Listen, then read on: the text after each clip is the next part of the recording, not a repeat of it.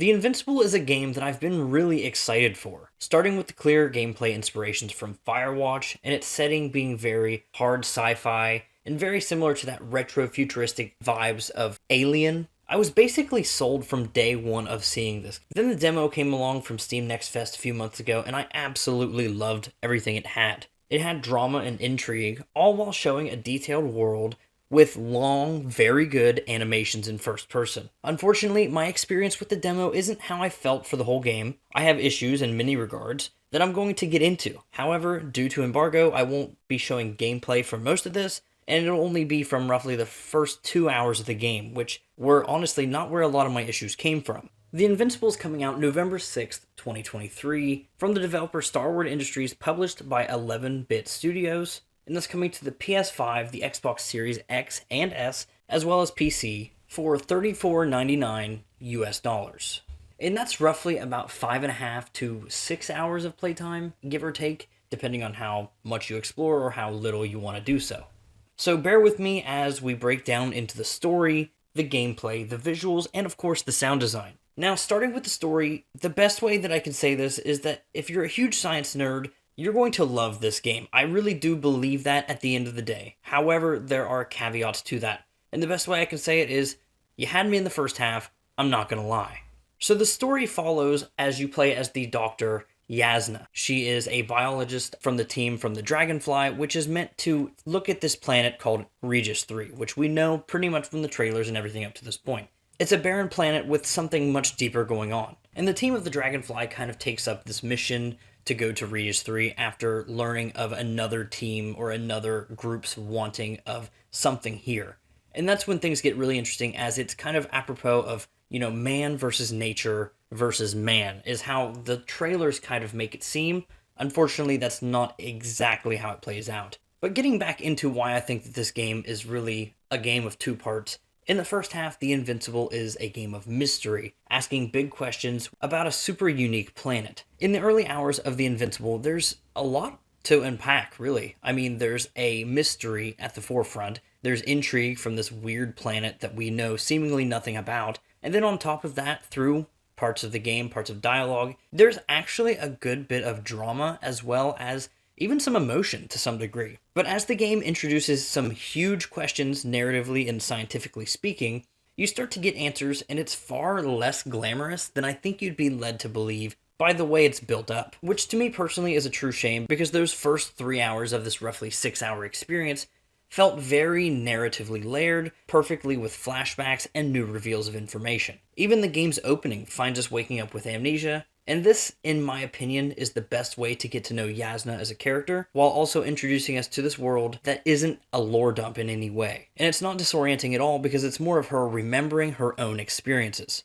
Yasna, along with the astrogator Novik, are two characters that are witty and flow well together in conversations. Their dialogue, especially in the early hours, really sells the mystery and even almost the creepiness that the game is trying to elicit. Their conversations are a big aspect of the story of this game, where Novik, while you're presented with these dialogue and even action choices, he kind of acts as the moral compass of like, this is what I would do, this is what you should do. And it was a really interesting dynamic that was present throughout the whole game, and I did really enjoy that. But honestly, in that second half, I can't even say what I didn't like about it, not because of spoilers or anything, but I just can't put my finger on it. Other than to say that it really just started to bore me, which is the worst thing you can think of for a game. Now, this game was slow, I knew that going in, and that didn't bother me until the second half of the game. There were nice concepts introduced, but the tone of the game shifted, and every driving force I had was gone. This only kind of stopped when the ramp up for the finale happened, which I was invested in by that point, so I guess there's a positive. Then I was at least intrigued to see how it would all wrap up, and thankfully, I did relatively like how it ended. There are multiple endings, I did see 2 of them, and both of them were relatively satisfying for what they were meant to be. Now, the story has a much bigger impact than you may think in a game, because switching to gameplay, the faster pace in the remaining few hours clashes with the gameplay design as well. What I mean by that is, in the beginning, there's caution and unfamiliarity with the world. It fits well with the slow, methodical movements and animations. Then, as we're kind of trekking for further distances, as well as we're a little bit more knowledgeable about the mystery that's going on here, all of that pacing grinds to a complete halt as soon as you have to climb any ledge or push forward for movement of any one thing. It just feels like it's all getting in the way of what's really important here. Once again, it can't be overstated just how good the game feels in its opening hours. That slow dedication to the first-person animations for every action doesn't feel hindering, but rather one of the biggest aspects of immersion. The actual gameplay is walking simulator with dialogue choices over the radio, much in line with Firewatch. There are choices to spice that up, some of which I couldn't test individually, but given the exact outcome of those decisions, I'd say there's big room for change. For instance, I gave my oxygen tank to an unconscious crewmate, but once we were separated, I began to hallucinate. Assuming the story simply doesn't break the tank during the separation if I did keep it, then I don't imagine I'd be having those hallucinations if I chose to keep it. Or, of course, that character would die if I didn't also. One thing, however, that I didn't hallucinate during these sections were the unfortunate progress-breaking bugs. One of which was a fade to black, which never faded back in. The other was a climbable ledge that I got stuck in. Both required reloads to a previous checkpoint, and thankfully I gotta say that the checkpoints in this game are very forgiving and make complete sense. So, thankfully, not that bad. The final bug I had was another that required a reload, but it was just an objective never triggering, which was almost more frustrating because I walked around that final room basically and didn't know where to go. Outside of bugs, performance was actually pretty good. On an RTX 3070, I was able to maintain over 120 FPS, which I know is a wide range, but I experienced only one or two stuttering dips where it was kind of, you could tell it was loading in a wide area, which honestly made complete sense, could have been a CPU thing, who knows. One issue in the gameplay that I did want to bring up, it almost comes in line with story pacing as well, is that I would find myself running to the next objective, and it was perfectly fine. However, I'd be mid-conversation or mid-line of dialogue, and a scripted dialogue would come up as I cross a threshold in the world or something, and it would interrupt the conversation that I was already having. Why I bring this up in a gameplay sense is that it feels like where they planned out to have these long, drawn-out conversations between Yasna and the Astrogator didn't quite work out for how big the traversal area was. Unless they expected me to walk, in which case, you're kidding, buddy. The only other major aspect of gameplay to really talk about are the gadgets that you're using. For instance, there's a metal detector type scanner, and then also kind of a locator to pick up on different crewmates and other items that have been lost to the world, which is usually used in the early game to kind of build up that suspense, which works really well. Though my biggest issue with these items is that, you can pull them out and use them anytime, look at certain areas and everything, but you don't really need them that often. And man, I think that's just a waste because I think there could have been maybe puzzle potential here. I know this isn't a puzzle game by any means, but due to the very slow nature of everything, I think that being able to use your own tools to figure something out would have worked really, really well. Though from a story standpoint, each of them feels very useful, especially to a scientist stranded in the bad situation that you're in. And they're used well within the bounds of the story at the very least. Now, I have to say that my biggest draw to this game was the visuals. And that was something that was super inspired, and I really loved it. As I said, the hard sci-fi that the game leans into is really reminiscent of Alien, with the padded walls and the use of manual cranks and levers to operate a lot of the machinery. Basically meaning that this technology is something that you would imagine they came up with as an idea back in like the 70s. But speaking of manual, the game is very animation heavy, all from the first person's perspective. This slows down the game a lot, and I mean a lot. There's going to be people that absolutely do not like this. It does help to pace out some of the discoveries and also immerse ourselves into the protagonist's seat until the second half of the game. And it's not just for a pacing reason that I feel the need to say that. Another issue I did have from a visual perspective was that there was a lot of floaty animations when climbing ledges and just overall less polish. Between the demo and the embargo for the first 2 hours, it really did kind of feel like the second half of the game didn't get as much love. I don't understand that. I really don't. So I'm not really sure how to feel about that. But with that small caveat out of the way, one thing I did want to say is that there are a lot of animations within the game, and for the most part, they all look really, really good. There are multiple ledge mantling animations, as well as specific use cases like jumping across a river of lava or interacting with specific objects within the story, and they all feel really entertaining to look at. And again, in a really slow game like this, that's not just ideal, that's almost necessary.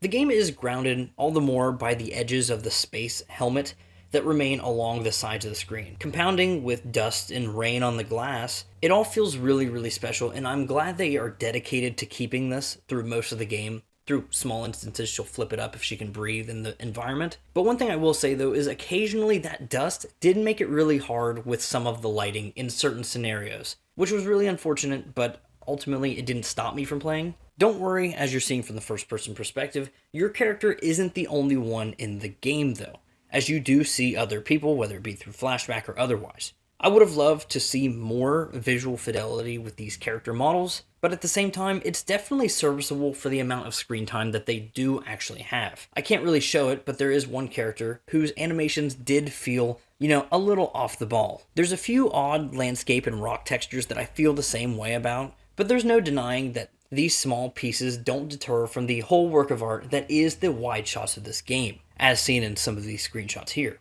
And with that, I have to say that this game is absolutely beautiful. These wide panoramic style shots, even using the photo mode, which is relatively basic, but still does the job, can show just how sharp these edges, as well as the very distinct and useful the color palette is, even on a desert planet. It's in those moments that are there throughout the entire game, those step-out moments of seeing this wide vista shot or some beautiful landscape, that you realize that this game truly is almost a walking simulator in the sense of a museum rather than an actual story game. If this was a game world that I could just walk around in, I would absolutely do it for hours in VR, and I think that's the biggest proof that this game's beautiful. I mean, there's no other way around it. I think the textures individually look great, except for a few here and there. Another big exception there are these metal bushes in the game that just don't look metal at all. I mean, they look really wavy, and I think the vibe was to go for like a barbed look to them, and it just didn't ever accomplish that for me personally. But visually speaking for this game, I have to say this is one of the best looking games of the year, at least from an artistic styling perspective. Now, switching over hand in hand, I want to talk a little bit about the audio of the game. Now, I played with headphones pretty much the whole time. One thing that struck me almost from the beginning was the very chill soundtrack of the game. It's got the kind of whimsical nature that you'd expect from those old school sci-fi movies or like Star Trek. Something not quite exactly like that, but that's kind of the best way that I could put it. Something you expect from that. And the use of notes and tune in those moments really upend those reveals, especially when it plays throughout the gameplay.